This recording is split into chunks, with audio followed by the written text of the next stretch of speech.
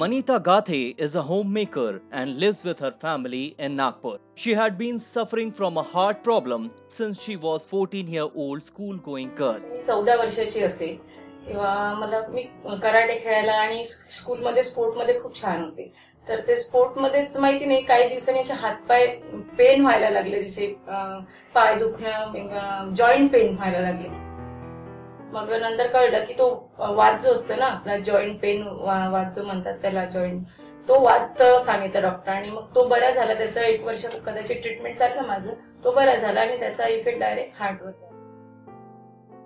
मग eco ECG वगैरे करायला सांगितलं डॉक्टरांनी. तर मग त्यात निघालं की जो वॉल असतो तो सिंक होतोय आणि जे शुद्ध अशुद्ध रक्त ब्लड असतं ते बरोबर शुद्ध रक्त बरोबर मेंदूपर्यंत किंवा हार्टपर्यंत बरोबर पोहोचत नाहीये आणि त्यामुळे तिला प्रॉब्लेम होणारच. हा प्रॉब्लेम आता चालू झाला.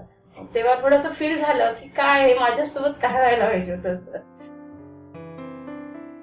नंतर मग तेच ट्रीटमेंट चालू राहिलं.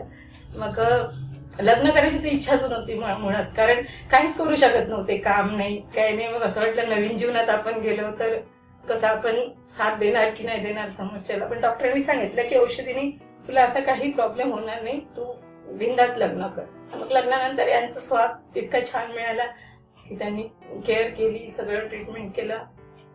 मग आमचं प्लॅनिंग पण होतं की बाळ होऊ द्यायचं नाही होऊ द्यायचं. मग डॉक्टरांनी सांगितलं की तुम्ही होऊ देऊ शकता, काही प्रॉब्लेम नाहीये, फक्त प्रिकॉशन्स घ्या. 2-3 वर्ष काही नाही वाटलं. बाळ झाल्यानंतर तेव्हा ट्रीटमेंट चालूच होतं.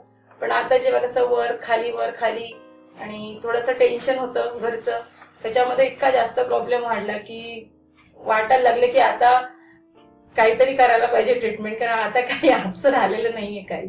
याच्यातच होतं की ओपन हार्ट ऑपरेशन करून वॉल रिप्लेसमेंट करून टाकायचं. यांच्या मित्रांनी कोणतरी सांगितलं की ओखाडला जाऊन बघा, खूप छान डॉक्टर आहेत तिथे. आणि गेलो, आम्हाला तिथे खूप बरं वाटलं. खूप छान सांगितलं त्या सरांनी आणि सांगितलं की आताच एकदम मोठा निर्णय घेऊ नका. पण त्यांनी सांगितलं की नाही आता वय नाही, यंगच पर्सन आहे, तर इतक्या लवकर एवढं मोठं ऑपरेशन नाही करायचं, आपण एंजिओप्लास्टी करू, बलूनिंग करू. बलूनिंग ऑपरेशनने तुमचं ठीक होईल. 8 मार्चला ऍडमिट झालो, 9 मार्चला माझं ऑपरेशन झालं. Angioplasty is a term composed of Latin words angio and plasty. That means vessel and repair.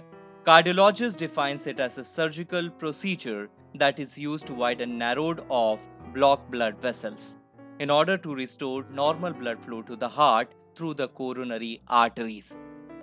छान ऑपरेशन, बिलकुल पेनलेस असं काही वाटलं नाही ऑपरेशन मध्ये. आधी खूप घाबरले होते, खूप म्हणजे खूपच जास्त, की काय मी वापस येईल की नाही. खूप छान झालं ऑपरेशन. छान डॉक्टर पण छान आहे, खूप छान वाटलं मला त्या हॉस्पिटलमध्ये. त्या हॉस्पिटलची सर्व्हिस, सिस्टर्स, तिथले ब्रदर्स, डॉक्टर्स, प्रत्येक गोष्ट खूप छान. असं वाटत नव्हतं की हॉस्पिटलमध्ये आलोय आम्ही. आणि हाऊसकीपिंग तर जेव्हा वाटलं तेव्हा ते एक बटन दाबली की बिलकुल 2 मिनिटात येऊन जायचे. तिथले जेवण पण फारच छान. पेशंटच्या याच्याने म्हणजे आवडेलच असं जेवण होतं. छान वाटत आहे आता ऑपरेशन केल्यानंतर. मला तर असं वाटत होतं की हेच माझं लाईफ आहे, जसा श्वास भरायचा. मला असं वाटत सगळ्यांनाच होत असेल, इलाज असेल किंवा मी असे बरी होईल, इतकी बरी होईल असं तर नव्हतंच वाटलं मला कधी. पण आता खरोखर वाटतं की नाही, ट्रीटमेंट नंतर भरपूर रिलीफ आहे. Manita is now fully recovered from the pain and can take care of her family properly.